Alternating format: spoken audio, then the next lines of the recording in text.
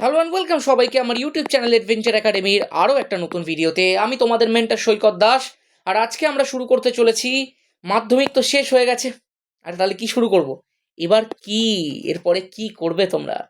কেউ কেউ সায়েন্স নেবে, কেউ কেউ আর্টস নেবে, বা কেউ কেউ কমার্স নেবে। সাবজেক্টগুলোকে একটুখানি চিনিয়ে দেবো তোমাদের, কী কী সাবজেক্ট কম্বিনেশন নেওয়া যায় সেগুলোকে একটুখানি বলে দেবো। সাবজেক্ট কম্বিনেশন তো ধরো তোমরা শিখে ফেলবে, পরীক্ষা কিভাবে হয়, কত নম্বরে হয় সেইটা, প্লাস মাধ্যমিক শেষের পরেই 3টে মাস কিভাবে তোমরা কাজে লাগাবে সেই বিষয়টা তোমাদের বলবো। কোন কোন ভুলগুলো দেখো একদম করবে না, আর কোন ঠিকগুলো তোমাকে অবশ্যই করতে হবে সেইগুলো দেখো আজকে তোমাকে আমি ধরিয়ে দিতে চলেছি। তার পাশাপাশি আমি দেখো তোমাদের ক্লাস 11-এর কেমিস্ট্রি করাচ্ছি, তো তার জন্য একটা ব্যাচও দেখো লঞ্চ হচ্ছে, সেটার ব্যাপারেও দেখো লাস্টে কিছু কথা বলেছি। তো ভিডিওটা পুরো দেখো, যারা যারা সায়েন্স নিতে চাও, আর্টস নিতে চাও, বা কমার্স নিতে চাও, ইরেসপেক্টিভ অফ এভরি স্ট্রিম, এই ভিডিওটা দেখলে তুমি মোটামুটি 11-এর সমস্ত বিষয়গুলো জেনে যেতে পারছো।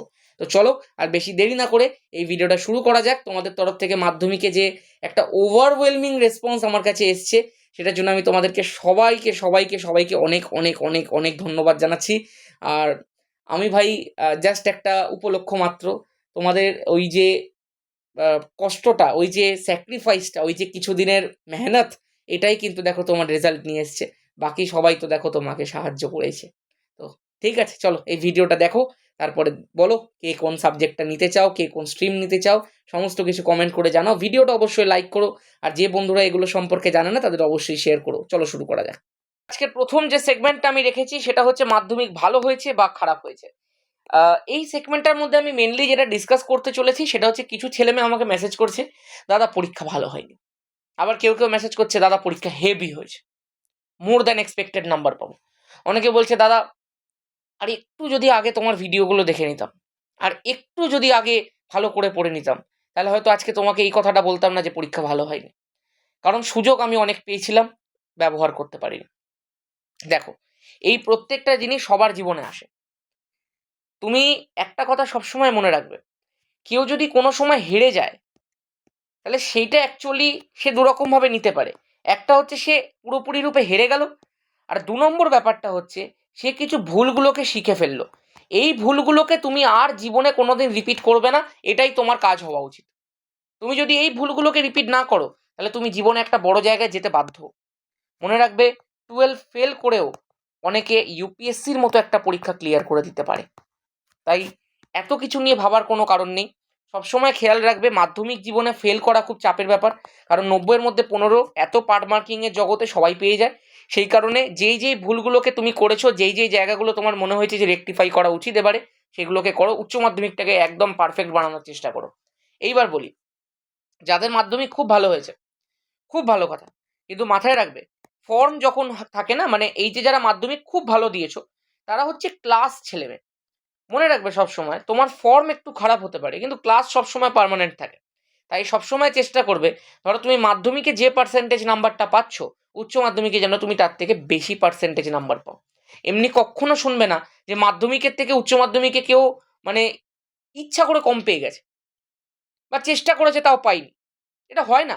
মাধ্যমিকে তুমি যে নাম্বারটা পাও, যে পার্সেন্টেজটা পাও, বেশিরভাগ ক্ষেত্রে যদি তুমি পাঠা না হয়ে থাকো, যদি তুমি ভালো করে পড়াশোনা করে থাকো, তুমি উচ্চ মাধ্যমিকে তার থেকে বেশি পাবে। এটা আমি গ্যারেন্টি দিয়ে বলছি। কারণ উচ্চ মাধ্যমিক যে সিনারিও প্রেজেন্ট করে, যেরকম ডিসিপ্লিন মেনটেন করতে শেখায়, সেইটা তোমার মাধ্যমিক তোমাকে শেখায়নি। উচ্চ মাধ্যমিকের হিউজ সিলেবাস, টাইম লিমিটেড।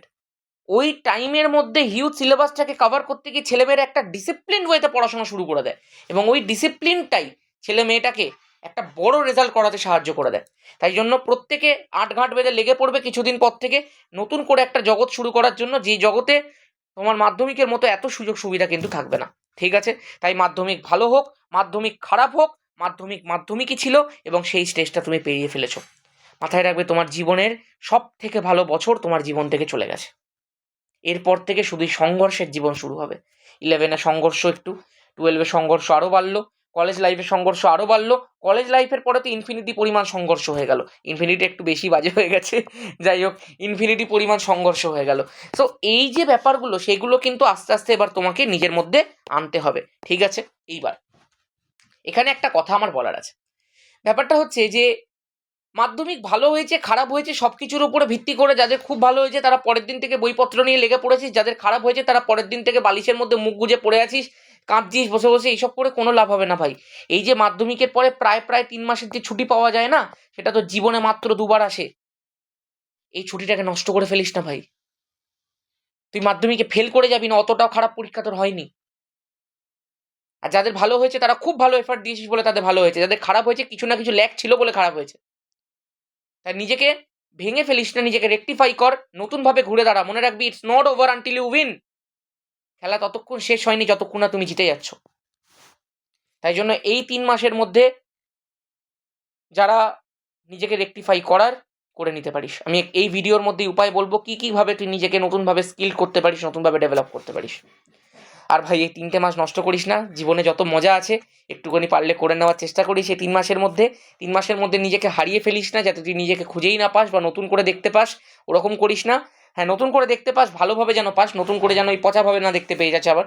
তো 3 মাস নিজেকে একটুখানি সতর্ক রাখিস। তবে হ্যাঁ, মজা খুব করিস, যেগুলো এই এতদিনের মধ্যে ইচ্ছা ছিল সেগুলো একটুখানি করে নেওয়া যাক। তবে নেশা পেশা করিস না ভাই, আবার অনেকে নেশা টেশা করিস, সেগুলো করিস না, এগুলো খুব খারাপ জিনিস। চলো, এইসবই ব্যাপার। চলো দেখা হচ্ছে তাহলে আমাদের পরের সেগমেন্টটার মধ্যে, দেখা যাক কি রয়েছে। চলো, এই হচ্ছে আমাদের সেকেন্ড সেগমেন্ট, যেটা হচ্ছে মাধ্যমিক শেষ, সময় কাটছে না। এটা বেশিরভাগ ছেলেমেয়েদেরই একটা প্রত্যেক বছরের কমন অভিযোগ থাকে। ওই জন্য সবাই কি করে, বইপত্র নিয়ে এসে পড়তে শুরু করে দেয়। দেখ, তুই যদি সায়েন্স নিয়ে ইচ্ছা করিস, মানে সায়েন্স নিয়ে যদি পড়ার তোর ইচ্ছা থাকে, তাহলে আমি তোকে একটা কথা বলি, তুই জীবনেও বই নিয়ে এসে কিচ্ছু উদ্ধার করতে পারবি না, কিচ্ছু উদ্ধার করতে পারবি না বই থেকে। তাই জন্য যখন থেকে তোর টিচার পড়ানো শুরু করবেন সেই দিন থেকে পড়া শুরু কর, তবু কিছু লাভ হবে। যে সময়টা পেয়েছি একটুখানি মজা করে নে, কারণ এরপরে মজাটা জীবন থেকে একটু কমতে শুরু করবে। এবার একটুখানি মন দিয়ে যেগুলো যেগুলো বলছি সেই জিনিসগুলোকে নোট কর ভালো করে। এই জিনিসগুলোকে মাধ্যমিকের পরে শেখার চেষ্টা করিস। প্রথম যে জিনিসটা আমি বলবো সেটা তো ভেরি ভেরি ইম্পর্টেন্ট জিনিস, এবং আমার মনে হয় তোদেরকে এই বিষয়টা নিয়ে একটু রিসার্চ করা উচিত। সেটা হচ্ছে আর্টিফিশিয়াল ইন্টেলিজেন্স। যারা সায়েন্স বিষয়ে একটুখানি আগ্রহী, দাঁড়া বানানটা লিখে নিতে দে, হ্যাঁ, যারা সায়েন্স বিষয়ে একটুখানি আগ্রহী তারা কিন্তু এই আর্টিফিশিয়াল ইন্টেলিজেন্সকে নিয়ে একটুখানি গবেষণা করতে পারিস, ইউটিউবে ভিডিও দেখতে পারিস। এবং মনে রাখবি, এইগুলো তো সময় নষ্ট নয়, কিন্তু এগুলো তো স্কিল ডেভেলপমেন্ট। তুই এই জিনিসটার বিষয়ে যদি একটুখানি জেনে যাস তাহলে তুই অন্যদের থেকে একটুখানি আগে হয়ে গেলি, এইটাই হচ্ছে অনেক বড় কথা। 2 নম্বর, তুই যেটার ব্যাপারে ইনফরমেশন কালেক্ট করতে পারিস সেটা হচ্ছে ক্লাউড টেকনোলজি। এগুলো হচ্ছে ফিউচার, এগুলোই ফিউচার। ক্লাউড টেকনোলজি কি, যেমন ধরো আমাদের গুগল ড্রাইভ আছে, যেমন ধরো মাইক্রোসফটের ওয়ান ড্রাইভ আছে, যেমন ধরো এমআই ক্লাউড আছে, যেমন ধরো রিয়েলমি ক্লাউড আছে, যেমন ধরো স্যামসংয়ের ক্লাউড আছে, যেমন ধরো অ্যাপেলের ক্লাউড আছে। এরা কি করে, স্টোরেজ প্রোভাইড করে। এই ক্লাউড টেকনোলজি কিন্তু ভবিষ্যৎ বিরাট বড় একটা জিনিস নিয়ে আসতে চলেছে, এইটাও কিন্তু তুমি দেখতে পারো। 3 নম্বর, দেখো যে জিনিসটা নিয়ে তুমি ভালো করে পড়তে পারো সেটা হচ্ছে কম্পিউটার। অনেকে বেসিক কম্পিউটারের নলেজ পাসনি এখনো পর্যন্ত। আমি সবাইকে বলবো এই সময়টার মধ্যে বেসিক কম্পিউটারের নলেজটা একটুখানি নিয়ে নে। তবে সেই কোর্সটা যেন মোর দ্যান 6 মান্থস না হয়ে যায়, তাহলে কিন্তু তুই আবার 11-এর পড়াশোনা করতে পারবি না। 6 মান্থসের মধ্যে কোনো একটা কোর্স করে তুই বেসিক কম্পিউটারটাকে শিখে নিতে পারিস, তার কারণ বেসিক কম্পিউটার খুব দরকার, খুব দরকার। 4 নম্বর, দেখো যে জিনিসটা সম্পর্কে আমি তোমাদেরকে একটুখানি রিসার্চ করতে বলবো এই সময়টার মধ্যে, সেটা হচ্ছে স্টক মার্কেট। কেউ এই জিনিসগুলোকে ইউজুয়ালি বলে না, আমি জানি না কেন বলে না, কিন্তু স্টক মার্কেট এমন একটা জায়গা বলা হয় যে সেটা পুরো পৃথিবীর টাকার খিদে মিটিয়ে দিতে পারে। আমাদের জীবনের মূল লক্ষ্য কি, টাকা ইনকাম করা, একদম বাস্তব কথা। কেউ বলবে না আমার মূল লক্ষ্য দান ধ্যান করা। প্রথমে টাকা ইনকাম কর, তারপরে দান ধ্যান করবি, নাহলে দেখবি দান ধ্যান করতে করতে একসময় নিজেও সেই জায়গাটা বসে পড়েছিস। এটা একদম পরিষ্কার কথা, শুনতে খারাপ লাগলে এটাও বাস্তব। শাহরুখ খান বলে একজন আছেন, চিনিস প্রত্যেকে, তিনি সবসময় এটাই বলেন যে দান ধ্যান তখনই ভালো লাগে যখন তোমার কাছে অন্ধ টাকা থাকে, বা তোমার কাছে এমন টাকা আছে যেটা তোমার কাছে মানে তুমি যখন দান করে দেবে সেটা তোমাকে কোনো এফেক্ট করবে না। এবার সেইটা ইনকাম করতে গেলে যোগ্যতা লাগে ভাই। তোমার যদি যোগ্যতা অর্জন করে নিতে পারো তখন তুমি দান ধ্যান করো, কেউ তোমাকে আটকাবে না। তুমি তখন লাখখানেক টাকা দান করো, হাজারখানেক টাকা দান করো, তোমার সামর্থ্য মতো তুমি দান করো। কিন্তু সবার আগে নিজে প্রতিষ্ঠিত হও। তুমি 50 টাকা ইনকাম করার যোগ্য হও, তবে তো তুমি 20 টাকা দান করবে। তুমি 100 টাকা ইনকাম করার যোগ্য হও, তবে তো তুমি 30 টাকা দান করবে, 50 টাকা দান করবে। ব্যাপারটা বুঝতে পারছো তো? তো প্রথমে নিজেকে যোগ্য করে তুলতে হবে। স্টক মার্কেট এমন একটা জিনিস যেটা তুমি একটুখানি যদি শিখে নিতে পারো, মনে রাখবে 3খানা এখান থেকে জিনিস আছে। একটা হচ্ছে মিউচুয়াল ফান্ড, আমি বলছি না কাউকে টাকা লাগা, তোরা এখনো সেই টাকা লাগানোর মতো পরিস্থিতিতে আসিসনি। আমি বলছি এই জিনিসটা নিয়ে একটুখানি রিসার্চ করে রাখবি, এটা কোনো জুয়া নয় ভাই, এটা বাজে কথা একটা রটেছে। যারা কিছু করতে পারে না তারা জীবনে এইসব কথাগুলো রটেই বেড়ায় যে স্টক মার্কেট জুয়া, কিচ্ছু নয় সব। মিউচুয়াল ফান্ড খুব ভালো একটা জিনিস। মিউচুয়াল ফান্ডের মধ্যেও দুখানা অপশন আছে, একটা হচ্ছে সিস্টেমেটিক ইনভেস্টমেন্ট প্ল্যান বা যেটাকে এসআইপি বলা হয়, আরেকটা আছে একটা মানে ওয়ান টাইম ইনভেস্টমেন্ট যেটাকে বলে লামসাম বলা হয়। তো এই জিনিসগুলো নিয়ে একটুখানি রিসার্চ কর ভাই, প্রত্যেকটা জিনিস নিয়ে রিসার্চ করতে হবে তোমাদেরকে এই সময়, যে সময়টা পেয়েছো কাজে লাগাও। দ্বিতীয় দেখো যে জিনিসটা নিয়ে তোমরা রিসার্চ করবে সেটা হচ্ছে স্টক মার্কেটের স্টক, স্টক জিনিসটাকে নিয়ে রিসার্চ করবে। আর 3 নম্বর যেটা নিয়ে রিসার্চ করবে সেটা হচ্ছে ট্রেডিং। এই জিনিসগুলো নিয়ে প্রত্যেকে একটু করে রিসার্চ করতে শুরু করো, এবং আমি তোমাকে কথা দিচ্ছি তোমাকে টাকা লাগাতে হবে না, তুমি জাস্ট রিসার্চ করে রাখলেই তুমি অনেকজনের থেকে আগে চলে যেতে পারবে। বিশেষ করে যারা কমার্স নিবি তাদেরকে তো রিসার্চ এটা নিয়ে করতেই হবে। আচ্ছা, এইবার চলো এর পরের যে জিনিসটা সবাইকে শিখতেই হবে, শিখতেই হবে। তুমি যদি ক্লাস 11-12 ইংরেজিতে ভালো করতে চাও তোমাকে এই জিনিসটা শিখতেই হবে, সেটা হচ্ছে ভোক্যাবুলারি। এই যে ভোক্যাব যে জিনিসটা আছে সেটা কিন্তু তোমার লাইফ চেঞ্জার হতে চলেছে। তুমি যদি পরবর্তীকালে যে কোনো চাকরির পরীক্ষা দিতে যাও তোমার এই ভোক্যাবের নলেজ খুব লাগবে। তুমি যদি 11-12 ভালো করে ইংরেজিতে নাম্বার পেতে চাও তোমার ভোক্যাবের নলেজ খুব লাগবে, কারণ 11-12 ইংরেজিতে কিন্তু আর সিন প্যাসেজ তোমাকে তুলে দেবে না, তোমাকে নিজেকেই লিখতে হবে উত্তর। তো তার জন্য কি চাই, বাংলা ভাষায় যেমনি আমাদের ভাষার দখল আছে, ইংলিশেও তো বিভিন্ন বিভিন্ন শব্দ আছে, স্টাবার্ন, অ্যাবান্ডান্ট, এই সমস্ত যে কথাগুলো আছে সেগুলোর মানে তো আমাদের জানতে হবে। এই যে নতুন নতুন কথাগুলো এইগুলোকেই শেখা হচ্ছে ভোকাবুলারি শেখা। তো এটার জন্য তুমি কি করবে, এটার জন্য তুমি রিডিং করবে। কোনো একটা ইংলিশ বই ধরো আর সেটাকে রিড করতে থাকো, যে যে নতুন শব্দগুলো পাবে সেগুলোকে গুগল থেকে সার্চ করে করে তার মানে খোঁজো, এটাই হচ্ছে তোমার কাজ। নেক্সট যে জিনিসটা দেখো তোমাদেরকে করতে হবে, আমি বলবো একটুখানি নলেজ রাখা ভালো, যে জিনিসগুলো তোমাকে ভবিষ্যতে হেল্প করবে। দেখো কোনটা তোমাকে ভবিষ্যতে হেল্প করবে না, এআই তোমাকে ভবিষ্যতে হেল্প করবে এটাই ফিউচার, ক্লাউড টেকনোলজি তোমাকে ভবিষ্যতে হেল্প করবে এটাই ফিউচার, কিন্তু কম্পিউটার সবাই জানিস আর নতুন করে বলার কিছু নেই। স্টক মার্কেট প্রত্যেকে ভবিষ্যতে দেখবি মিউচুয়াল ফান্ড বা কোথাও যখন তোরা টাকা ইনকাম করবি, বাবা মায়ের থেকে টাকা নিয়ে কোনোদিন এইসব জিনিসগুলো করতে যাবি না, নিজে টাকা যবে ইনকাম করবি তবে করবি। নলেজটা শুধু এখন থেকে নিয়ে রাখ, যাতে পরে গিয়ে তোমাকে আর ফেসে যেতে না হয় কোথাও। নেক্সট যে বিষয়টার ওপর প্রত্যেককে নজর দেওয়া উচিত এবং এই জিনিসটা শিখে রাখা উচিত সেটা হচ্ছে এডিটিং। ভালো ভিডিও এডিট করা এটা কিন্তু বড় একটা স্কিল। এই স্কিলটা কেন দরকার, ধরো তুমি কোনো একটা কিছুর জন্য কোনো প্রিপারেশনের জন্য বাড়িতে বসে আছো, তোমার কাছে যদি এই স্কিলটা থাকে তুমি কোনো একটা যে কোনো জায়গা থেকে মাসে 15,000 টাকা পর্যন্ত ইনকাম করে নিতে পারো। সেই কারণে এরকম একটা স্কিল শিখে রাখা কিন্তু অবশ্যই দরকার। আমাদের পড়াশোনা শুধুমাত্র ওই বই কেন্দ্রিক হয়ে গেছে বলেই আমাদের কাছে কোনো কিন্তু স্কিল নেই। যাদের কাছে এক্সট্রা স্কিলগুলো থাকে তুই বিশ্বাস করবি না, অনেকে তাদের এই স্কিলগুলোকে কাজে লাগিয়ে মাসে 1,00,000 টাকা পর্যন্ত ইনকাম করছে। এবং শুধুমাত্র তাই নয়, তোরা হয়তো জানিস না এই বিষয়টা, যে কারোর কারোর পুরো কেরিয়ারটাই দাঁড়িয়ে আছে এডিটিংয়ের ওপর। সেই কারণে এটাকে কিছু ছোট মনে করিস না ভাই। তবে প্রথম প্রথম তোকে কেউ এত টাকা দেবে না, তোকে একজন স্কিলড এডিটার হতে হবে, একদম বড় লেভেলের এডিটার হতে হবে। আমার বোন স্পোর্টস ম্যানেজমেন্ট নিয়ে মুম্বাইতে আছে, এখন পড়ছে, স্পোর্টস ম্যানেজমেন্ট নিয়েই পড়ে।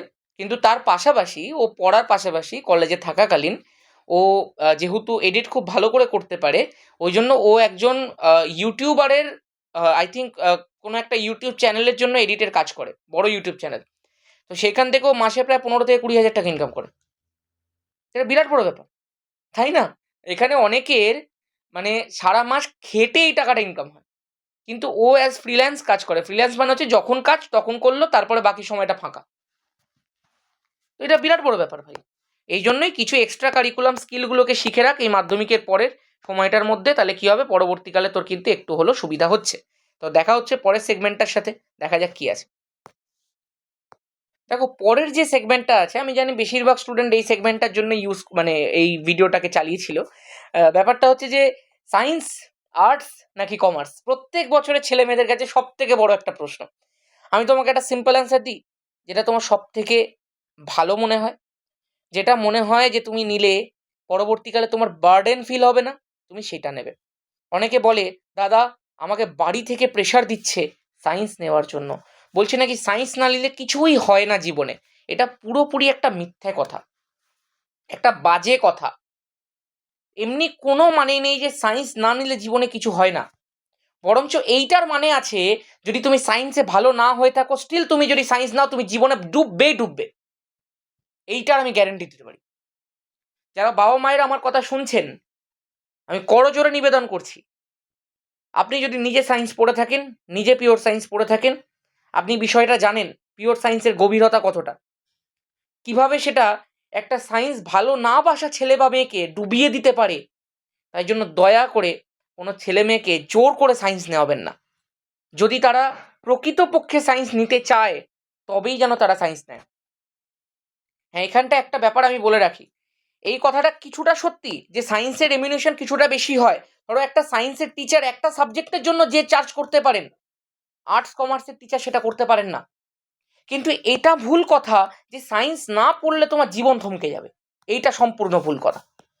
এইটা কিন্তু একদম নয়। সায়েন্স বাদেও এই যে লাইনগুলো আছে, এগুলো থেকে প্রচুর কিছু আছে। দ্যাটস ওয়াই না পশ্চিমবঙ্গ সরকার, ভারত সরকার এগুলোকে রেখে দিয়েছে, নাহলে তো কবেই তুলে দিত, শুধু সায়েন্সই পড়তো সবাই। ব্যাপারটা বুঝতে পারছো তো? তাই জন্য পরিষ্কার কথা, তোমার যদি মনে হয় তুমি সায়েন্স নিয়ে মাঝ রাস্তায় ডুবে যাবে, তাহলে তুমি সায়েন্স নিও না। বিকজ মাঝ রাস্তায় ডোবার থেকে হালকা হালকা করে সাঁতার কেটে কিনারায় গিয়ে কিছু না কিছু করে নেওয়াটা ভালো। ব্যাপারটা বুঝতে পারছো তো? এইবার ব্যাপারটায় আসি, সায়েন্স জিনিসটা কয় প্রকারের হতে পারে। দেখো, সায়েন্স জিনিসটা 3 রকমের হতে পারে। একটা হচ্ছে পিওর সায়েন্স, একটা হচ্ছে বায়ো সায়েন্স, আর একটা হচ্ছে প্যারা সায়েন্স। এই 3খানা জিনিস কি একটুখানি বলি। ধরো, পিওর সায়েন্স জিনিসটা হচ্ছে যেখানে ফিজিক্সও থাকবে, যেখানে কেমিস্ট্রিও থাকবে, যেখানে ম্যাথও থাকবে। এই কম্বিনেশনটা যদি থাকে, এবার এর সাথে তোমার বায়োলজিও থাকতে পারে, এর সাথে তোমার কম্পিউটার সায়েন্সও থাকতে পারে, সেটা ম্যাটার করে না। এর সাথে তোমার স্ট্যাটিস্টিক্সও থাকতে পারে, এগুলো ম্যাটার করবে না। ম্যাটারটা হচ্ছে এই 3খানা কোর কি তোমার কাছে আছে, তাহলে তুমি পিওর সায়েন্স নিয়েছো। বায়ো সায়েন্স মানে কি, যদি তোমার ম্যাথটা চলে যায়, শুধুমাত্র ফিজিক্স আর কেমিস্ট্রি তোমার কাছে যদি কোর থাকে, সেই কোরটাকে বলা হয় বায়ো সায়েন্স।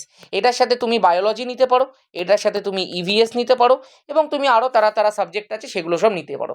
প্যারা সায়েন্স মানে কি, যদি তোমার ফিজিক্সটাও চলে যায়, শুধুমাত্র কেমিস্ট্রির কোর পড়ে থাকে, তখন সেই সায়েন্সটাকে বলা হয় প্যারা সায়েন্স। এর সাথে তুমি তারা নানা নানা ধুম ধুম ধুম ধুম না হু হু হু যা খুঁজে তুমি নিতে পারো, যা খুশি।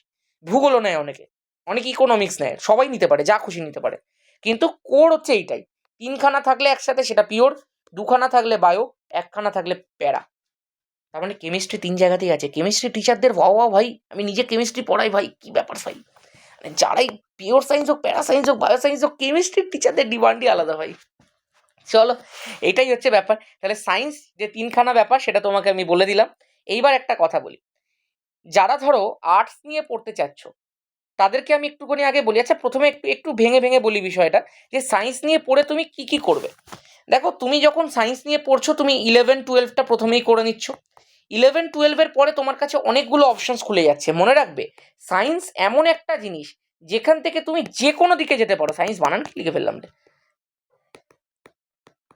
সায়েন্স এমন একটা জিনিস যেখান থেকে তুমি যে কোনো দিকে যেতে পারো। তোমার যদি মনে হয় তুমি 11-12-এ পিওর সায়েন্স পড়তে, তুমি কলেজে গিয়ে বাংলা অনার্স নেবে, তুমি নিতে পারো। হিস্ট্রি অনার্স নেবে, নিতে পারো। বিএ এলএলবিতে ভর্তি হবে, হতে পারো। অ্যাকাউন্টেন্সিতে অনার্স নেবে, নিতে পারো। আর্টসের অন্য কোনো সাবজেক্টে অনার্স নেবে, নিতে পারো। সায়েন্স নিয়েই এগোবে, এগোতে পারো। যে কোনো ধরনের সরকারি চাকরির পরীক্ষা দেবে, দিতে পারো। যে কোনো ধরনের প্রফেশনাল ফিল্ডে যাবে, যেতে পারো। কোনো চাপ নেই। সায়েন্স যদি তোমার কাছে থাকে, তার উপর যদি তোমার কাছে পিওর সায়েন্স থাকে, তোমার জীবনের যে কোনো লাইন খোলা, তুমি যেখানে খুশি যেতে পারো 11-12-এর পরে, যেখানে খুশি। যেটা কিন্তু আর্টস আর কমার্স সেই ফ্লেক্সিবিলিটিটা দেয় না। ঠিক আছে? আচ্ছা, এইবার একটুখানি মন দিয়ে শোনো। দেখো, আমরা যারা সায়েন্স পড়ছি, তাদেরকে একটা জিনিস প্রথমেই জেনে রাখতে হবে, যে আমরা যখন সায়েন্সটা নিয়ে পড়বো 11-12-এর পরে, তখন আমাদের কাছে কি কি অপশান আছে। আমরা দেখো জেই দিতে পারি, জয়েন্ট এন্ট্রান্স এক্সামিনেশন বলা হয় এটাকে। এটা দিয়ে কিন্তু দেখো তুমি বিটেকে চান্স পেতে পারো। West Bengal joint entrance examination ওয়েবজি দিতে পারো তুমি। এইটা একটা পরীক্ষা আছে, এটাও দেখো সেম ইঞ্জিনিয়ারিং কলেজ, এখানে যে সব থেকে টপ র্যাঙ্ক করে সে যাদবপুর ইউনিভার্সিটিতে চান্স পেয়ে যায় এবং মারাত্মক প্লেসমেন্ট পেয়ে যায় ওখান থেকে পড়াশোনা করার পর। তুমি তারপরে মনে রাখবে তুমি বিএসসি কোর্স করতে পারো। তুমি এই বিএসসির পাশাপাশি দেখো, বিএসসিটা হচ্ছে তোমার ব্যাচেলর অফ সায়েন্স। এখানে তুমি যে কোনো একটা সাবজেক্ট নিয়ে পড়তে পারো। হয় তুমি কেমিস্ট্রি ব্যাচেলর অফ সায়েন্স পড়তে পারো, বিএসসি কেমিস্ট্রি, তুমি বিএসসি ফিজিক্স করতে পারো, বিএসসি জুলজি করতে পারো। বায়োলজি হয় না, কিন্তু বায়োলজির মধ্যে ভেঙে ভেঙে যায়, জুলজি, ফিজিওলজি, বোটানি, এই সমস্ত কিছুতে ভেঙে যায়। দেখো, অনেকে বি ফার্ম করতে পারে, ফার্মেসির কোর্স করতে পারে, বি ফার্ম, এইটাও একটা ভালো কোর্স। তো এই যে মোটামুটি কয়েকটা পপুলার জিনিস আছে, ও আরেকটা পপুলার জিনিস তো লেখাই হলো না, নিট। নিটটা কি? Medical entrance. এই কয়েকটা জিনিস কিন্তু দেখো তুমি অবশ্যই সায়েন্সের পরে ফেমাস ফেমাস কয়েকটা যেগুলো আছে সেগুলো তুমি করতেই পারো, ঠিক আছে। এইবার ব্যাপারটা বলি, যেই যেটা আছে সেটা 4 ইয়ার্সের একটা কোর্স। ওয়েস্ট বেঙ্গল জয়েন্টের মাধ্যমে তুমি যদি কোনো জায়গায় ইঞ্জিনিয়ারিং কলেজে চান্স পাও, সেটাও 4 ইয়ার্সের কোর্স। মনে রাখবে কথাটা, যেই জিনিসটা কিন্তু দুটো ধাপে সম্পাদিত হয়। প্রথম যে ধাপটা আছে সেটা হচ্ছে যেই মেন্স এক্সাম, আর দ্বিতীয় যে ধাপটা, মেন্সে যদি তোমার রেজাল্ট খুব ভালো হয় তাহলে তুমি যেই ধাপের মধ্যে কোয়ালিফাই করতে পারবে সেটা হচ্ছে যেই অ্যাডভান্স। তুমি যদি শুধুমাত্র মেন্স কোয়ালিফাই করো তাহলে তুমি যে ইঞ্জিনিয়ারিং কলেজগুলোতে চান্স পাবে সেগুলোকে বলা হয় এনআইটি।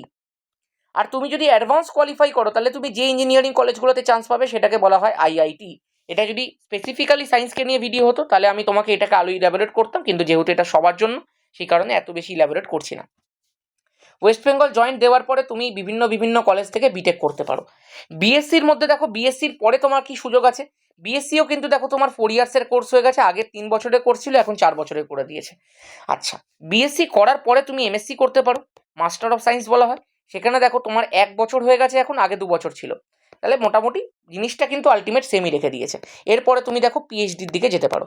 মনে রাখবে তুমি পিএইচডি গেট করেও করতে পারো, যেই মেন্স দেওয়ার পরেও করতে পারো, ওয়েস্ট বেঙ্গল জয়েন্ট দেওয়ার পরেও করতে পারো। তার কারণ ওয়েস্ট বেঙ্গল জয়েন্ট আর যেই মেন্স দেওয়ার পরে বা যেই অ্যাডভান্স দেওয়ার পরে তুমি যে ডিগ্রিটা পাবে সেটা হচ্ছে BTech degree, bachelor of technology. এই ব্যাচেলর অফ টেকনোলজির পরে তুমি যে জিনিসটা করতে পারো সেটা হচ্ছে MTech, master of technology. Master of টেকনোলজির পরে তুমি কিন্তু আবারও এই সাবজেক্টগুলোর উপরে পিএইচডি করতে পারো, ঠিক আছে। পিএইচডির পরেও দেখো পড়াশোনা শেষ হয় না, তারপরেও পোস্ট ডক বলে একটা জিনিস হয়, এই জিনিসটাও কিন্তু দেখো তোমার কাছে অপশান থাকছে বাইরে গিয়ে করার।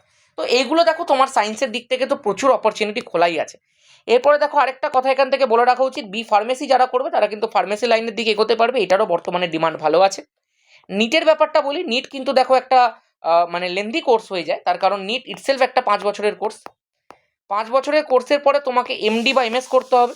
এই এমডি বা এমএসও কিন্তু আমি যতদূর জানি 3 বছরের কোর্স বা 2 বছরের কোর্স এখন হয়ে যেতে পারে। 2 বছরই লিখলাম আমি, ঠিক ব্যাপারটা কনফার্ম নয়, 2 বছরেরই কোর্স হবে, হ্যাঁ 3 বছর হবে না, মাস্টার্স কোর্স 2 বছরই ম্যাক্সিমাম হয়। তো এই এমডি বা এমএস করার পরেই কিন্তু তোমার দাম আছে, হয় তুমি ডক্টরেট অফ মেডিসিন হয়ে যাও, বা এটাকে এমডিকে মানে মেডিসিন ডাক্তার, সোজা কথা মেডিসিনের ওপর বড় কিছু একটা করা, অথবা সার্জারির ওপর বড় কিছু একটা করা। মানে একটা হচ্ছে এই মেডিসিনের ওপর যদি তুমি করো, তুমি যে কোনো জায়গায় চেম্বার খুলে বসে যেতে পারো, বেশ ভালো অ্যামাউন্ট অফ কাস্টমার যদি তুমি জোগাড় করতে পারো, কাস্টমার বলবো না পেশেন্ট বলবো, পেশেন্ট যদি তুমি জোগাড় করতে পারো তোমার কিন্তু ভালো ইনকাম হতে পারে। এমএসের তো ভীষণ ব্যাপার আছে, সার্জারির ব্যাপারটা সবাই বুঝতেই পারছো, অনেকে বিভিন্ন বিভিন্ন জায়গাতে স্পেশালাইজেশন করে, কেউ রেনালের ওপর করে, কেউ হার্টের ওপর করে, কেউ ব্রেনের ওপর করে, কেউ নিউরোর ওপর করে, কেউ গাইনোর ওপর করে। তো বিভিন্ন বিভিন্ন জায়গাতে তার কিন্তু ভালো ডিমান্ড আছে, ঠিক আছে। তো মেডিসিন ডাক্তারেরও ভালো ডিমান্ড থাকে, সার্জারির ভালো ডিমান্ড থাকে, কিন্তু এই যে টোটাল টাইমটা, এবং এখানে কিন্তু একটুখানি মনে রাখবে খরচেরও ব্যাপার আছে। মানে ওয়েস্ট বেঙ্গল জয়েন্ট বা জেইতে তুমি যদি খুব ভালো র্যাঙ্ক করো তাহলে কিন্তু তোমার খরচ একটু কমবে, কিন্তু আইআইটিগুলোতেও কিন্তু যথেষ্ট থাকা খাওয়ার খরচ থাকে। তো সমস্তটাই খরচ সাপেক্ষ ব্যাপার। ওয়েস্ট বেঙ্গল জয়েন্ট দিয়ে 4 বছর যদি তুমি যাদবপুরে পেয়ে যেতে পারো তাহলে তো আর কোনো কথাই থাকছে না। কিন্তু অন্যান্য ক্ষেত্রে কিন্তু ভালো টাকা লাগে, মোটামুটি 6-7 লাখ টাকা কিন্তু তোমাকে পকেটে নিয়ে রাখতে হবে। আর নিটের জন্য দেখো, তুমি যদি নিট কোনো বড় সরকারি কলেজে পেয়ে যেতে পারো তাহলে টাকা একদম কম লাগে, কিন্তু যদি প্রাইভেটে করতে চাও তাহলে কিন্তু নিটে প্রচণ্ড টাকা লাগে। বিএসসি কোর্সে দেখো নমিনাল ফিস লাগে, মানে খুব একটা বেশি না। তুমি যদি সরকারি কলেজ থেকে করতে পারো, যেমন আমি দেখো করেছি মৌলানা আজাদ থেকে। মৌলানা আজাদে চান্স পেতে গেলে তোমাকে খুব ভালো নাম্বার পেতে হবে এইচএস।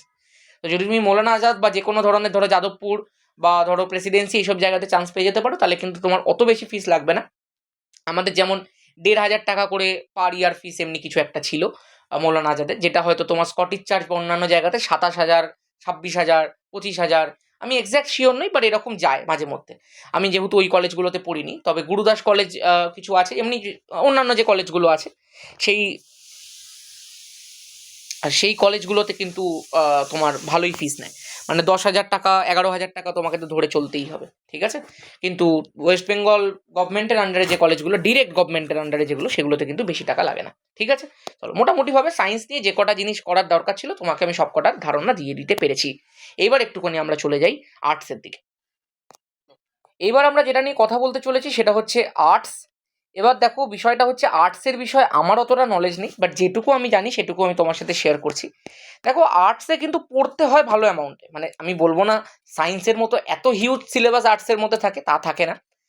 সায়েন্সের সাথে কোনো কম্প্যারিজনই হয় না আর্টসের, মানে তিনটে যে সেপারেট আছে তিনজনের মধ্যে কোনো কম্প্যারিজন হয় না, এক একজনের এক এক রকম বৈশিষ্ট্য আছে। তবে তুলনামূলকভাবে সায়েন্স একটু কঠিন, সেই কারণেই সায়েন্সের মধ্যে নাম্বার রিকোয়ারমেন্টটা বেশি থাকে, যে বেশি নাম্বার পেলে তবেই সায়েন্সের দিকে যাওয়া যায়, এমনি একটা ব্যাপার থাকে। তো ব্যাপারটা হচ্ছে আর্টস কারা পড়তে পারে, যারা ধরো একটুখানি পড়াশোনার দিকে বলবো একটুখানি বেশিক্ষণ ধরে পড়তে পারবে, বা ধরো যাদের মধ্যে রিডিং ক্যাপাবিলিটিটা অনেক বেশি, যারা ধরো নোটস বানাতে পারো ভালো মতো, মানে প্রচুর নোটস ফোটস বানাতে হয় আমি শুনেছি ভাই, যারা ধরো প্রচুর পরিমাণে মানে একটা থিওরি পার্টকে পড়তে পছন্দ করো, বা ধরো ইতিহাস যার ভালো লাগে, যার পলিটিক্যাল সায়েন্স ভালো লাগে, যার ফিলোসফি সাবজেক্টটার প্রতি ইন্টারেস্ট আছে, মানে দর্শন শাস্ত্র যেটাকে বলে ভীষণ ভালো সাবজেক্ট, যার ধরো আহ, অন্যান্য যে সমস্ত আর্টস সাবজেক্টগুলো, হোম ম্যানেজমেন্টের দিকে অনেকের ঝোঁক থাকে, এই সমস্ত জিনিসগুলোর দিকে কিন্তু যদি তোমার ঝোঁক থাকে তুমি আর্টস নিতেই পারো। মনে রাখবে আর্টস নিয়ে পড়লে তোমাকে 11-12 পরে যেটা কলেজ লেভেলে পড়তে হয় সেটা হচ্ছে ব্যাচেলর অফ আর্টস, সেটাকে বিএ বলা হয়। বিএ করার পর তুমি মাস্টার অফ আর্টস করতে পারো, যেটাকে এমএ বলা হয়।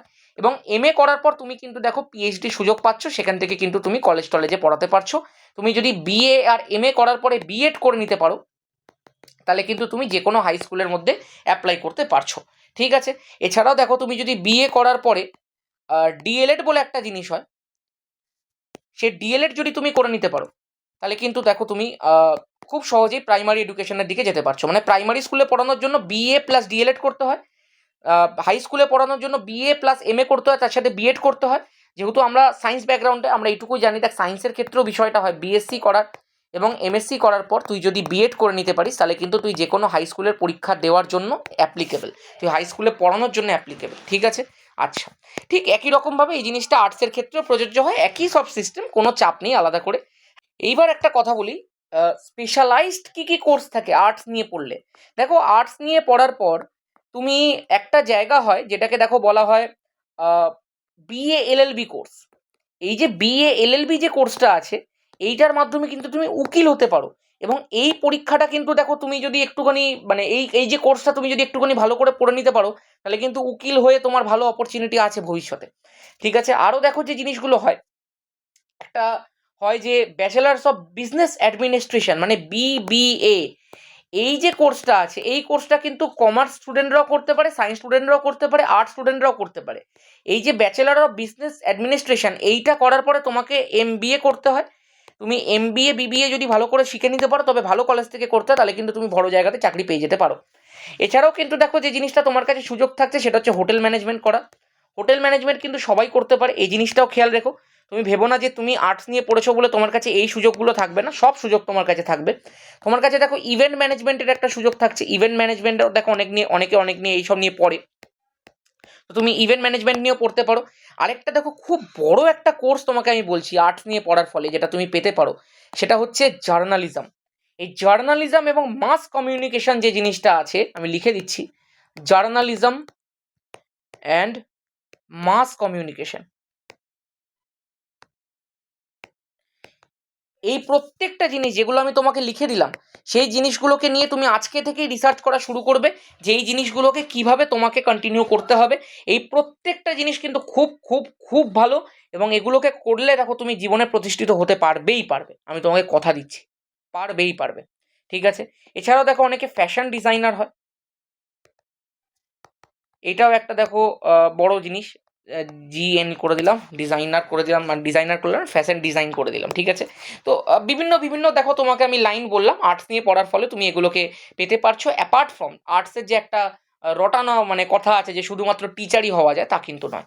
এছাড়াও দেখো একটা কথা বলি, সরকারি চাকরি যে জিনিসটা হয় না, সরকারি চাকরি, এই সরকারি চাকরি কিন্তু যে কোনো ফিল্ডে ছেলেমেয়েরা দিতে পারে। চার কি হয়ে গেছে রে সরকারি চাকরি কিন্তু যে কোনো ফিল্ডে ছেলেমেয়েরা দিতে পারে।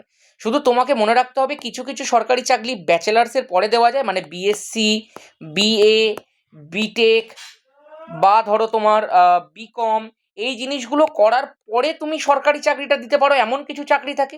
কিছু চাকরি থাকে যাদের যোগ্যতা থাকে মাধ্যমিক পাস, কিছু চাকরি থাকে যাদের যোগ্যতা থাকে এইচএস পাস। তো বিভিন্ন বিভিন্ন জিনিসের জন্য বিভিন্ন বিভিন্ন স্যালারি স্ট্রাকচারও থাকে। তো সেই অনুযায়ী দেখো তুমি বিভিন্ন সরকারি চাকরি দিতে পারো।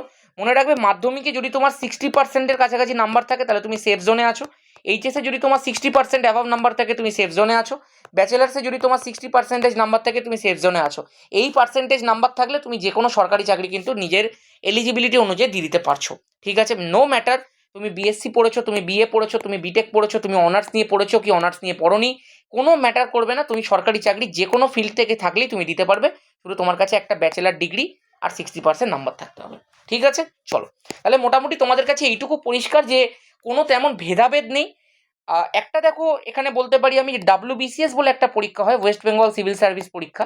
এই ওয়েস্ট বেঙ্গল সিভিল সার্ভিস পরীক্ষাতে কিন্তু স্পেশালি আর্টসের ছেলেমেয়েরা বেশি সুযোগ সুবিধা পায়, কারণ ওদের যে পড়াশোনাটা হয় সেটা ওয়েস্ট বেঙ্গল সিভিল সার্ভিসের সিলেবাসের সাথে একবারে সেম। সেই জন্য এই পরীক্ষাটায় কিন্তু সায়েন্স বা কমার্সের ছেলেমেয়েদের থেকে আর্টসের ছেলেমেয়েরা বেশি সুযোগ পেতে দেখা গেছে। ঠিক আছে, চলো এইটুকুই দেখো আর্টস নিয়ে কথা বলার ছিল। এবার একটু কমার্স নিয়ে কথা বলি। এইবার চলো কমার্স নিয়ে একটুখানি বলতে শুরু করি। দেখো প্রথমেই একটা মিথ দূর করে দিই, কমার্স অত্যন্ত সোজা, এটা একটা বড় মিথ।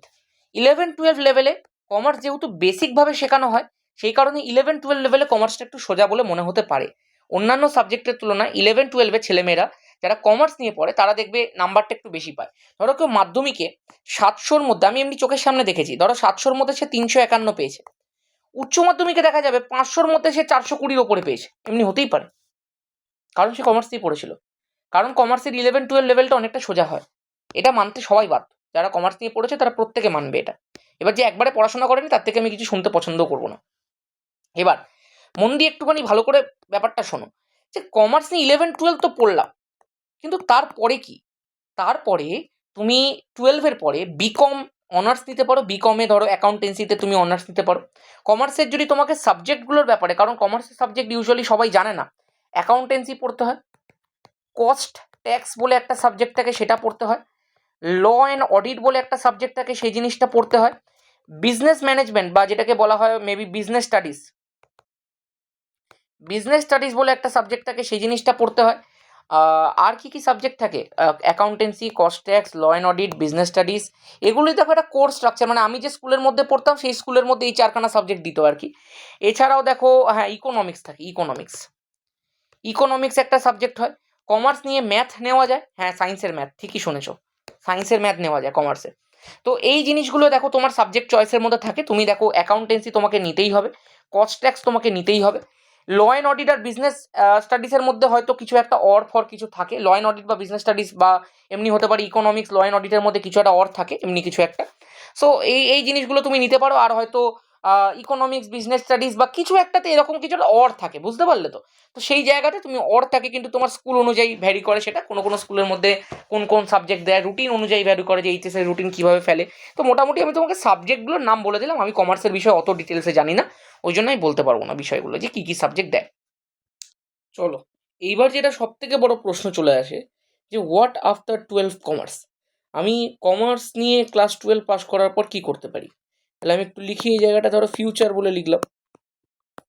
কি কি আছে একটুখানি মন দিয়ে দেখো। সবার প্রথমে যে অপশনটা তোমার কাছে খোলা আছে সেটা হচ্ছে বিকম ডিগ্রি করার। ধরো অ্যাকাউন্টেন্সি বা কিছু একটাতে অনার্স নিয়ে তুমি বিকম অনার্স করে নাও, এবং এইটা করে নেওয়ার পর তোমার কাছে অপশন থাকে এমকম করার, এবং এমকম করে নেওয়ার পর তোমার কাছে অপশন থাকে অবশ্যই পিএইচডি করার। পিএইচডি করলে তুমি যে কোনো একটা ভালো কলেজে পড়ানোর সুযোগ পেয়ে যাচ্ছ। দ্বিতীয় দেখো তোমার কাছে একটা অপশন থাকে, সেটা হচ্ছে বিবিএ করার, মানে ব্যাচেলার্স অফ বিজনেস অ্যাডমিনিস্ট্রেশন বলে যে বিষয়টা হয়, ওই বিবিএ ডিগ্রিটা দেখো তুমি করতে পারো। বিবিএ এর পরে কিন্তু দেখো এমবিএ করা যায়, অনেকেই এই কোর্সটা করে। তো এটাও কিন্তু একটা ভালো অপরচুনিটি কমার্স নিয়ে পড়লে। এছাড়াও দেখো আরেকটা ব্যাপার যেটা আছে সেটা হচ্ছে, অনেকে এটা করে থাকে, এটা কিন্তু খুব একটা বেশি ফেমাস নয়, সেটা হচ্ছে বিই, মানে ব্যাচেলার্স ইন ইকোনমিক্স বা ব্যাচেলার্স অফ ইকোনমিক্স যেটাকে বলা হয়ে থাকে। ওইটা কিন্তু অনেকে করতে পারে যারা ইকোনমিক্স নিয়ে পড়তে ভালোবাসে। আরেকটা দেখো হতে পারে এলএলবি যে কোর্সটা আছে সেটা কিন্তু কমার্স নিয়েও করা যায়, তুমি কমার্স নেওয়ার পরেও কিন্তু এলএলবি করতে পারবে। আচ্ছা আরেকটা ধরো কমার্সের তরফ থেকে যদি তুমি বলো, তাহলে অনেকে এই জিনিসটা করে থাকে, বাট এইটা কিন্তু একটা প্রফেশনাল কোর্স, এটা কিন্তু আলাদা করে পড়তে হয়, চার্টার অ্যাকাউন্টেন্ট বলা হয় এটাকে। এবং এই কোর্সটা কিন্তু কমার্সের সবথেকে প্রেস্টিজিয়াস কোর্স এবং সবথেকে কঠিন কোর্স হিসেবে মানা হয়। বলা হয় একজন চার্টার্ড অ্যাকাউন্টেন্ট হতে নাকি অনেক বছর সময় লাগে এবং অনেকটা কঠিনের পড়াশোনাটা। তো এইটা কিন্তু একটা দেখো তোমার কাছে অপশান থাকছে, বাট এইটা সম্ভবত বিকম করার পরে করতে হয়। যাই হোক, করা যায়, এইটাই হচ্ছে ব্যাপার, ফিউচার আছে এটার সম্পর্কে। আরেকটা দেখো, যদি আমি তোমাকে বলি এখান থেকে কস্ট অ্যান্ড ম্যানেজমেন্ট অ্যাকাউন্টেন্ট মানে CMA বলে একজন জিনিস আছে, এই এই একটা বিষয়ও কিন্তু দেখো কমার্স নিয়ে করা যায়, এটাও কিন্তু দেখো বিকমের পরেই সম্ভবত করতে হয়। তো এই CMA জিনিসটাও কিন্তু এই দুটো কিন্তু খুব প্রেস্টিজিয়াস একটা পজিশন কমার্স নিয়ে যে জায়গাগুলোর মধ্যে যাওয়া যায় তার মধ্যে। এখন এইগুলোর বাইরে যদি তুই আমাকে জিজ্ঞাসা করিস কমার্স নিয়ে আর কি করা যায়, তাহলে এগুলো হচ্ছে দেখো মোটামুটি, মানে এই এই ছিল দেখো কমার্স নিয়ে মোটামুটি যে যে জায়গাগুলোর দিকে যাওয়া যেতে পারে ফিউচার। এইবার বিষয়টা হচ্ছে যে এই ফিউচারের মধ্যে কিন্তু একটা কথা বলে রাখা ভালো, যে তুমি কমার্স নিয়ে যে কোনো ধরনের গ্র্যাজুয়েশন যখনই কমপ্লিট করে নিচ্ছ, তুমি কিন্তু একই রকমভাবে যে কোনো গভর্নমেন্ট জবের জন্য প্রস্তুতি নিতে পারছো। ঠিক আছে, এগুলো দেখো তোমরা এখন জানো ভালো করে। তাহলে আমি আশা করতে পারি কমার্স, আর্টস এবং সায়েন্স নিয়ে পড়লে ভবিষ্যতে কী কী অপরচুনিটি থাকে সেগুলো সবার কাছে এখন ক্লিয়ার হয়ে গেছে। এবার দেখা যাক আমাদের পরের সেগমেন্ট কী আছে। এই সমস্ত কিছুর পাশাপাশি দেখো আরও একটা কোর্স আছে, যেটাকে দেখো নার্সিং কোর্স বলা হয়। এই নার্সিং কোর্সটাও কিন্তু আজকাল ছেলেমেয়েদের মধ্যে একটুখানি বিশাল ফেমাস হয়ে যাচ্ছে। যেটা দেখো তুমি BSc নার্সিং, এটা অ্যাকচুয়ালি BSc করার পরে মানে BSc হিসাবেই করতে হয়, ব্যাচেলার্স হিসাবেই করতে হয়। এটা দেখো জেনপাস বলে একটা পরীক্ষা হয়, সেটা দিয়ে তোমাকে ঢুকতে হয় নার্সিংয়ের মধ্যে। এছাড়াও দেখো কিছু ম্যানেজমেন্ট কোটা থাকে, ওই ম্যানেজমেন্ট কোটায় কিন্তু দেখো তুমি নার্সিংয়ের সুযোগ পেতে পারো, সেগুলো কিন্তু আর্টস বা কমার্সের ছেলেমেয়েরাও পেতে পারে। ঠিক আছে, আচ্ছা আরেকটা দেখো কথা বলি, এরকমই নার্সিংয়ের মতোই আরেকটা কোর্স আছে যেটাকে দেখো প্যারামেডিক্যাল কোর্স বলা হয়। এই কোর্সটার মধ্যেও কিন্তু দেখো সায়েন্সের ছেলেমেয়েরাও যেমনি ঢুকতে পারে, অমনি আর্টস কমার্সের ছেলেমেয়েরাও ম্যানেজমেন্ট কোটাতে কিন্তু ঢুকতে পারছে। আচ্ছা, মাধ্যমিকের পরেই ঠিক একটা পরীক্ষা হয় জানো তো, যে পরীক্ষাটাকে দেখো পলিটেকনিক পরীক্ষা বলা হয়। এই পলিটেকনিক পরীক্ষাটা আহ, একটা ইঞ্জিনিয়ারের লেভেলের থেকে নিচের লেভেলের ইঞ্জিনিয়ার তৈরি করে। মানে কি বললাম, ওই যে বিটেক দেওয়ার পর তো ইঞ্জিনিয়ার হয়, পলিটেকনিক পরীক্ষাটা যদি তুমি পাশ করো, তুমি 4 বছর পড়লে ডিপ্লোমা বলে একটা ডিগ্রি পাবে। ওই ডিপ্লোমা ডিগ্রিটার মাধ্যমেও তুমি একটা ইঞ্জিনিয়ারিং ব্যাপার স্যাপারে যেতে পারবে, কিন্তু সেই ইঞ্জিনিয়ারটা কিন্তু বিটেক ইঞ্জিনিয়ারদের তলায় হয়। মানে বিটেক ইঞ্জিনিয়ারদের নিচে থাকে ডিপ্লোমা ইঞ্জিনিয়ার, এবং এদের মাইনেও কিন্তু খুব একটা বেশি হয় না। ঠিক আছে, এই ব্যাপারটাকেও খেয়াল রেখো। আচ্ছা, মোটামুটি দেখো যা যা ছিল সব কিছু কোর্স তোমাদের সাথে ডিসকাস করে দেওয়া হলো। এইবার দেখো আমাদের পরের সেগমেন্ট যেটা আছে সেটা হচ্ছে সাবজেক্ট কম্বিনেশন এবং এইচএস এর মার্কস। দেখো তোমাদের মাধ্যমিক যেমনি 700 নম্বরে পরীক্ষা হতো, সেমনি কিন্তু এইচএস বা হায়ার সেকেন্ডারি পরীক্ষা সেটা কিন্তু হতে চলেছে 500 নম্বরে। এখন বিষয়টা হচ্ছে এই 500 নম্বরের পরীক্ষা আর সাবজেক্ট স্যার 6টা, এইটা কি করে হতে পারে? দেখো এখানটাই একটা গল্প আসে, সেটাকে ফোর্থ সাবজেক্ট বলা হয়। মানে বিষয়টা কি, তোমার পরীক্ষা 6টা সাবজেক্টেরই হবে, কিন্তু যে সাবজেক্টটাতে তুমি সবচেয়ে কম পাবে সেই সাবজেক্টটা কিন্তু বাদ হয়ে যাবে, সেই সাবজেক্টটা টোটালে কিন্তু দেখো অ্যাড হচ্ছে না। তুমি ধরে রাখো তুমি বাংলাতে 95 পেয়েছো, ইংরেজিতে 97 পেয়েছো, ফিজিক্সে 97 পেয়েছো, কেমিস্ট্রিতে 97 পেয়েছো, সাপোজ বায়োলজিতেও 97 পেয়েছো, আর ধরো অঙ্কতে তুমি সাপোজ 81 পেয়েছো। তাহলে এই যে রেজাল্টটা তুমি ধরো করেছো, সেখানটায় তোমার দেখা যাচ্ছে এই 5টার যে নাম্বার আছে সেটা অঙ্কের নাম্বারের থেকে সিগনিফিকেন্টলি অনেকটা বেশি। তাহলে অঙ্কে তুমি যতই লেটার পেয়ে থাকো এই নাম্বারটা কিন্তু কনসিডার করা হবে না, এবং এই টপ 5 নাম্বারই কিন্তু যোগ হয়ে তোমার আউট অফ 500 টোটাল হবে। এখানটায় যেমন ধরো 4টে থেকে 3 নাম্বার করে কমে গেছে, আর একটা থেকে 5 নাম্বার করে কমে গেছে। তার মানে এখানে দেখো মোট তোমার হচ্ছে 483 আউট অফ 500, এই হচ্ছে দেখো মার্কস আছে। আশা করতে পারি তোমার কাছে বিষয়টা পরিষ্কার আছে একদম। ঠিক আছে, চলো এইবার একটা বিষয় হচ্ছে যে সাবজেক্ট কম্বিনেশন কি রাখা যায়। ধরো কেউ পিওর সায়েন্স নিতে চাইছো, তাহলে পিওর সায়েন্সের সব থেকে ভালো সাবজেক্ট কম্বিনেশন হচ্ছে বেঙ্গলি ইংলিশ, এটা তোমাকে রাখতেই হবে। এটা হচ্ছে কম্পালসারি সাবজেক্ট, প্রত্যেকের থাকবে। মনে রাখবে, সায়েন্স, আর্টস, কমার্স সবারই বাংলা সেম হবে, সবার ইংরাজি সেম হবে, একই সাথে পরীক্ষা হবে। এখন বিষয়টা হচ্ছে এইটার সাথে আর কি রাখা যায়, ম্যাথ, ফিজিক্স, কেমিস্ট্রি, এবং এর সাথে বায়োলজিও রাখতে পারো, কম্পিউটার সায়েন্সও রাখতে পারো, স্ট্যাটিস্টিক্সও রাখতে পারো। ঠিক আছে, আবার দেখো যারা নিট দিতে চাও তাদেরকে তো বায়োলজি রাখতেই হবে। তোমরা চাইলে অঙ্কের বদলে অন্য কিছু নিতে পারো। যারা জয়েন্ট দিতে চাও তাদেরকে তো অঙ্ক, ফিজিক্স, কেমিস্ট্রি রাখতেই হবে। তোমরা চাইলে বায়োলজির বদলে অন্য কিছু নিতে পারো। আমি বলবো দেখো সেফ সাইডে খেলা উচিত, পিওর সায়েন্স নিয়ে নেওয়া উচিত। সব কিছুই থাক, যে কোনো দিকে তুমি যেতে পারবে ডিপেন্ডিং আপন দ্য সিচুয়েশন। দেখো এটা ছিল সায়েন্সের সব থেকে ভালো কম্বিনেশন। যদি আমি তোমাকে আর্টসের বলি, আসলে বিষয়টা হচ্ছে যে আর্টস বা কমার্স যেহেতু আমি পড়িনি, আমি যেহেতু পিওর সায়েন্স পড়েছি, তাই এটার ব্যাপারে আমি ভালো জানবো নিশ্চয়ই। আর্টস বা কমার্সের ক্ষেত্রে দেখো হিস্ট্রি, পলিটিক্যাল সায়েন্স খুব ভালো একটা সাবজেক্ট, জিওগ্রাফি, আচ্ছা, ফিলোসফি,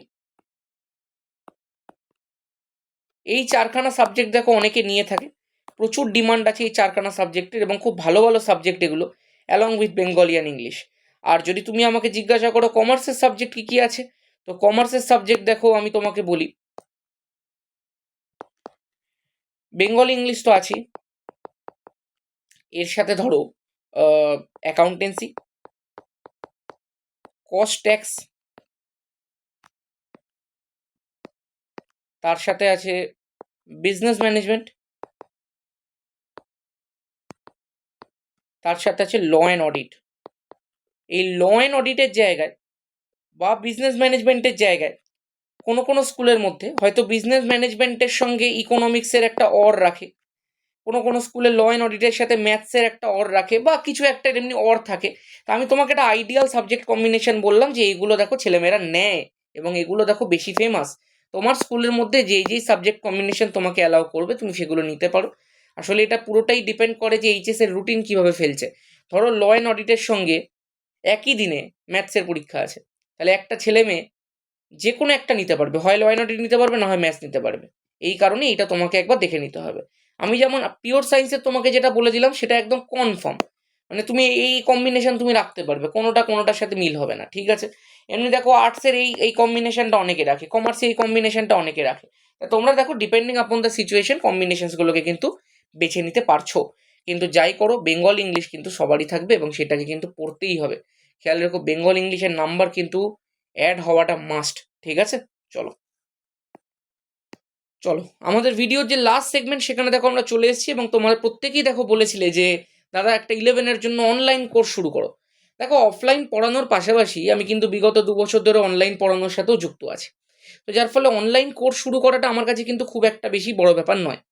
এখন বিষয়টা হচ্ছে যে আমাদের এই যে কোর্সটা আছে সেটা দেখো টেন্টেটিভলি শুরু হবে মার্চ থেকে, এবং যে ডেটটা দেখো বলা হয়েছে সেটা হচ্ছে মার্চের 12।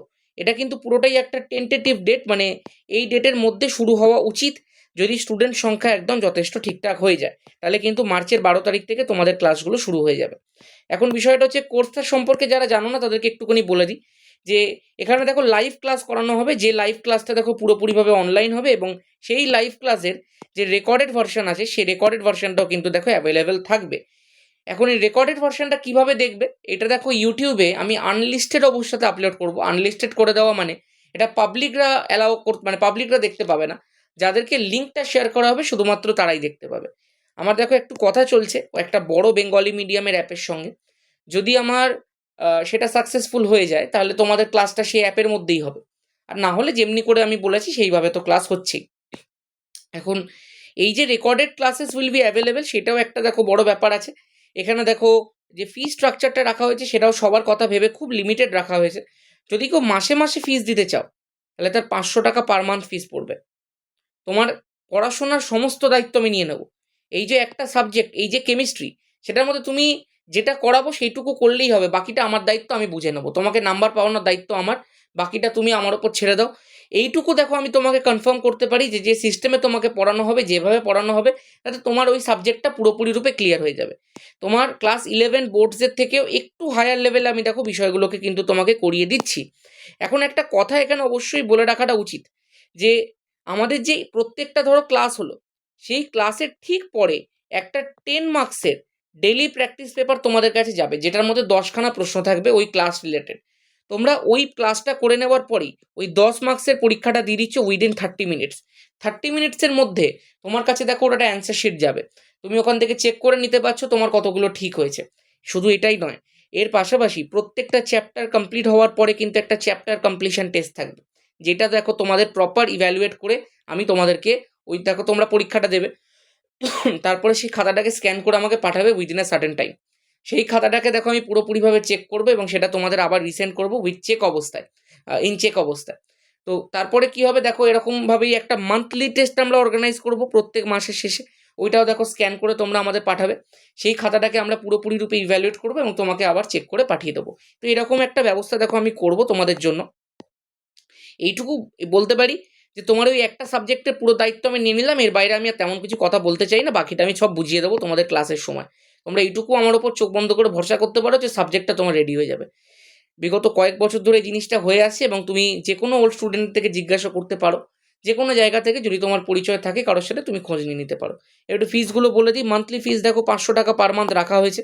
যদি কেউ একটা সেমিস্টারে নিতে চায়, তোমাদের দেখো দুখানা সেমিস্টার হবে, একটা সেমিস্টার 1, একটা সেমিস্টার 2। পুরো সিস্টেমটাকে দুটো ভাগে ভাগ করে দেওয়া হয়েছে।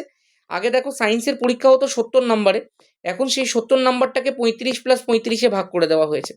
আর্টসের পরীক্ষা হতো 80 নম্বরে, সেই পরীক্ষাটাকে দেখো 40 আর 40-এর মধ্যে ভাগ করে দেওয়া হয়েছে।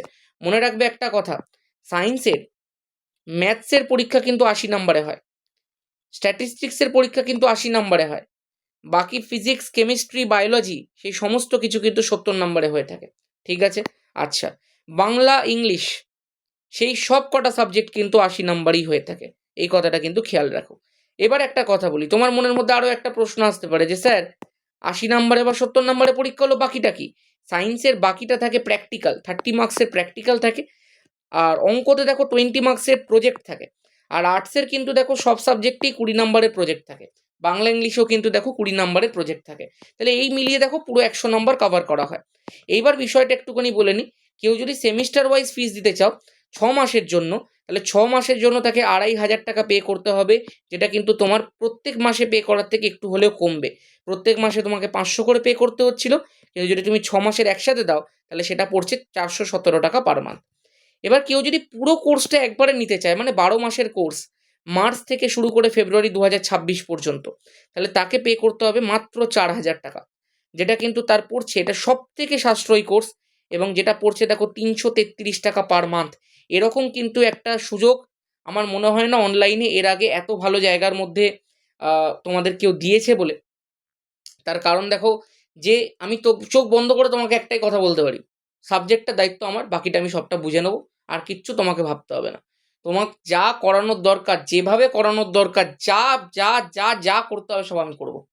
একটা সাবজেক্ট রেডি করে দেওয়ার দায়িত্ব আমার, বাকিটা আমি আর কিছু বলতে পারবো না। বাকিটা যে চোখ বন্ধ করে ভরসা করতে পারবে তার জন্য একদম সুবর্ণ সুযোগ আছে। চলো, এই দেখো ছিল মোটামুটি তোমাদেরকে পুরো ক্লাস 11 বুঝিয়ে দিলাম। যারা যারা দেখো এই কোর্সে জয়েন করতে চাও তারা কিন্তু অবশ্যই হোয়াটসঅ্যাপ করতে পারো এই নাম্বারে 6289, আমি নাম্বারটা লিখে দিচ্ছি,